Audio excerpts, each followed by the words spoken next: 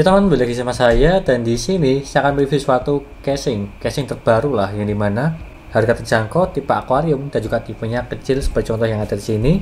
Apakah ini worth it atau tidak untuk saat ini? Yang dimana banyak saingannya untuk tipe casing akuarium tipe kecil seperti contoh dari segi mereknya Venom RX, Gamer Infinity Mini maupun yang lainnya lah. Apalagi di harga di bawah 400.000. Tapi untuk yang ada di sini ini terbilang paling murah ya mungkin di pasaran. Serinya adalah Draglass Durin D275M atau biasanya tersebut ditulisnya D275M aja. Untuk tipe casing yang ada di sini di harga murah sih, cuma di 300 ribuan atau di 320, 330. Tapi kalau yang berwarna putih dia malah lebih mahal di 350, kurang lebihnya seperti itu. Dan bagaimana kualitasnya, apakah bagus atau tidak untuk casing tipe yang ada di sini? Dan seperti biasa, sebelum saya jelaskan apa saja spesifikasi yang ada di sini dan juga mereviewnya, kita lihat dari segi sirkulasi udaranya apakah 1:1 atau tidak, serta kelebihan dan juga kekurangan di casing ini. Jangan lupa klik subscribe di pojokan bawah tuh ya, tinggal diklik seperti itu.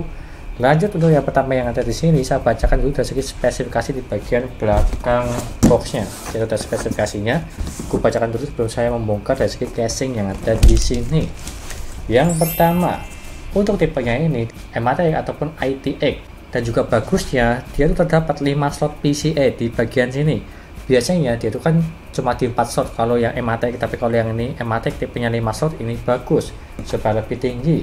Dari segi casing yang ada di sini menggunakan 0,5 mm SPCC. Ya standar sih 0,5 ya.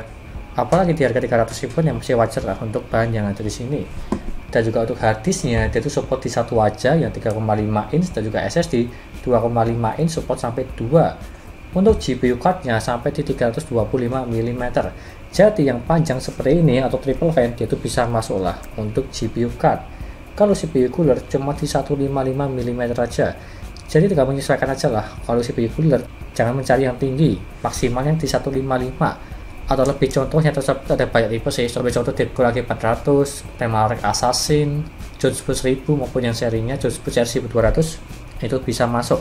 Dan apalagi kalau pengen lebih bagus, kasih radiator supaya lebih keren.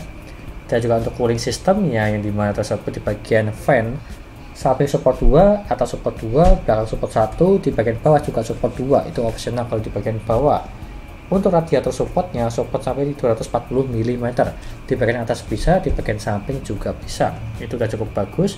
Serta IO portnya di bagian atas ini support USB 3.0 ada 1, USB 2.0 ada 2, audio jack, tombol reset, tombol power standar pada umumnya, dan tempered glass yang menggunakan di bagian samping dan juga di bagian depan. Karena kalau yang serinya Cube Gaming Curve di bagian samping tersebut dia itu tempered glass, tapi di bagian depan dia itu Mica ya, tapi ini beda, ini tempered glass semua. Kurang lebih seperti itu spesifikasi yang ada di bagian sini ya. Itu aja, aku kasih bawah dulu supaya tidak rame di kamera.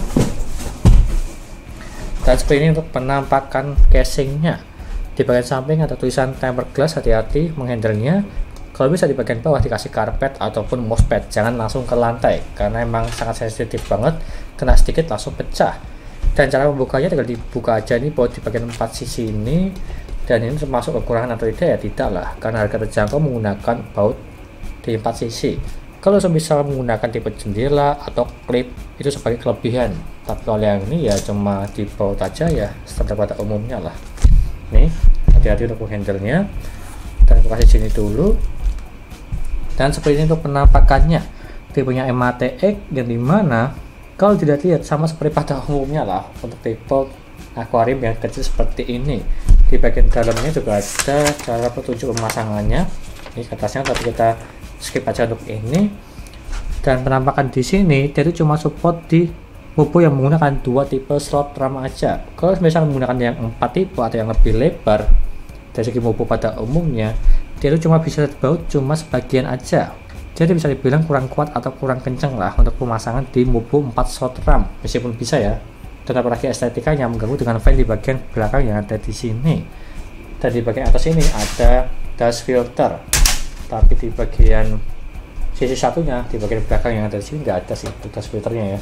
Kita buka aja langsung supaya nggak usah berlama-lama. Dan kita buka, ini juga di baut seperti ini. Dan kita ambil, dia tuh tipenya flat tapi ada rongga-rongga untuk power supply dan juga untuk fan.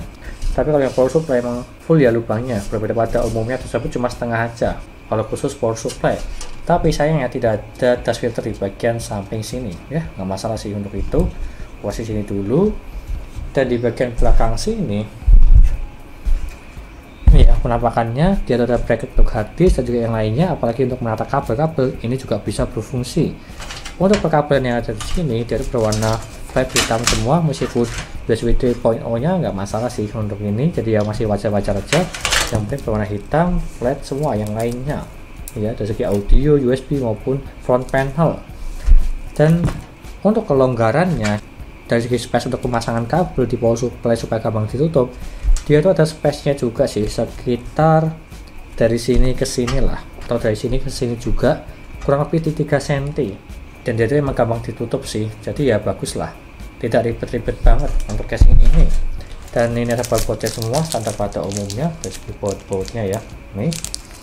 Dan yang lainnya tersebut di bagian samping udah semua lah. Dan lanjut di bagian bawahnya langsung. Untuk yang ada di sini ada kaki casingnya, ada 4, ada busanya juga terbilang ini tebal. Di bagian bawah tidak ada dust filter ya, wajar sih untuk ini ya, harga murah malah nggak ada dust filternya. Tapi ini masih optional kalau di bagian depan. Kalau bisa menggunakan fan di bagian bawah, harus wajib menggunakan dust filter karena tersebut dia itu mengambil udara dari luar ke dalam atau dari bawah masuk ke dalam lah untuk fan tipe di bagian bawah. Intinya seperti itu. Kalau biasa seperti itu aja untuk spesifikasi yang ada di sini. D275M, apakah ini worth it atau tidak? Di harga 330.000 lah kalau dibulatkan untuk casing ini. Itu aja, nggak usah berlama-lama, lanjut ke reviewnya dulu. Yuk.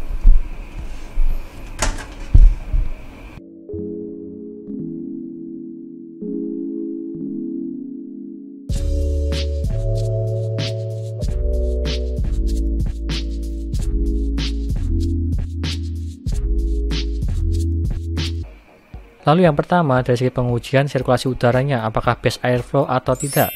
Jika oleh pakai kaca di bagian samping dan juga tanpa kaca di bagian samping. Yang pertama tanpa kaca dulu.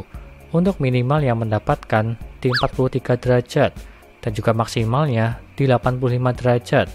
Dan kalau pakai kaca di bagian samping, untuk minimal yang mendapatkan di 44 derajat dan juga maksimalnya di 86 derajat. Bisa dibilang ini udah bagus.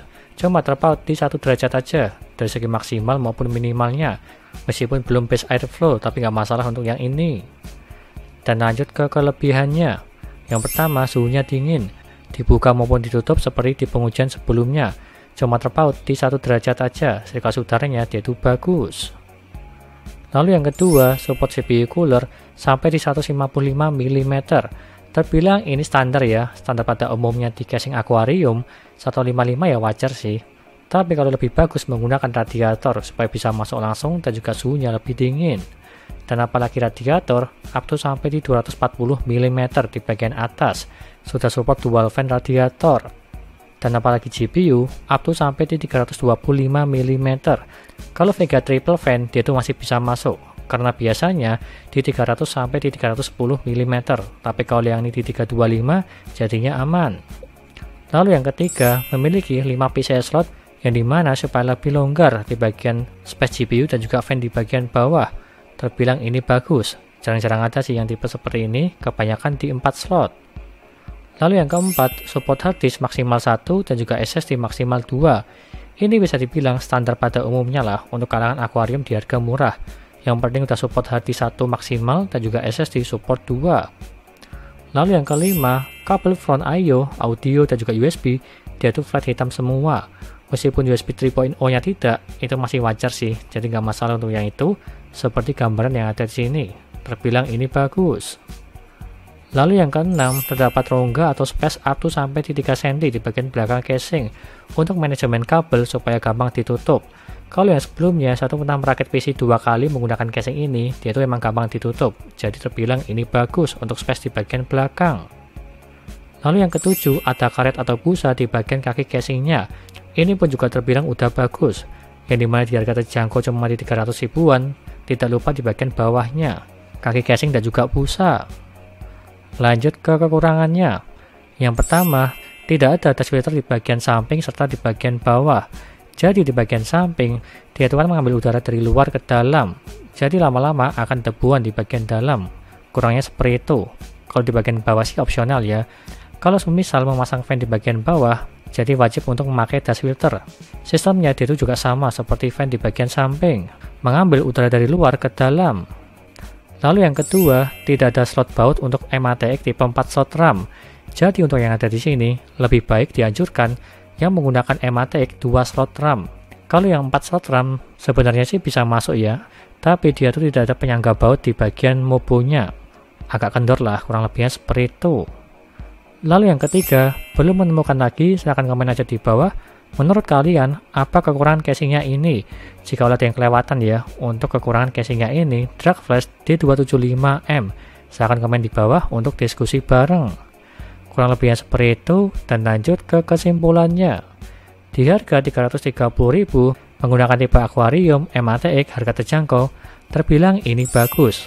Yang dimana dari segi kelebihannya, sirkulasi udaranya itu bagus, cuma terpaut 1 derajat aja dari segi tanpa kaca dan juga pakai kaca, dan apalagi dia itu menggunakan 5 slot PCA, sehingga lebih longgar lah untuk menambah fan di bagian bawah ataupun berbagai action figure. Dan apalagi terdapat rongga di bagian belakang untuk space management kabel, dia itu sangat bagus, gampang ditutup dan juga masih lega lah untuk perkabelan. Tapi yang lebih baik menggunakan flat kabel untuk power supply-nya. Tapi untuk kurangnya, seperti yang saya jelaskan tadi, di bagian dust filter dia itu tidak ada di bagian samping dan juga di bagian bawah. Apalagi untuk mobonya, dianjurkan menggunakan tipe 2 slot RAM supaya gampang dipasang dan juga lebih bagus tampilannya. Intinya seperti itu, dan kalau berminat silahkan beli aja, linknya ada di deskripsi untuk yang ini, Dragflash D275M Black. Sekian dari saya, jangan lupa like dan subscribe, dan nantikan video lainnya mengenai review-review papat PC seperti contoh yang ada di sini, CPU cooler, casing, SSD, dan juga yang lainnya. Terima kasih sudah nonton.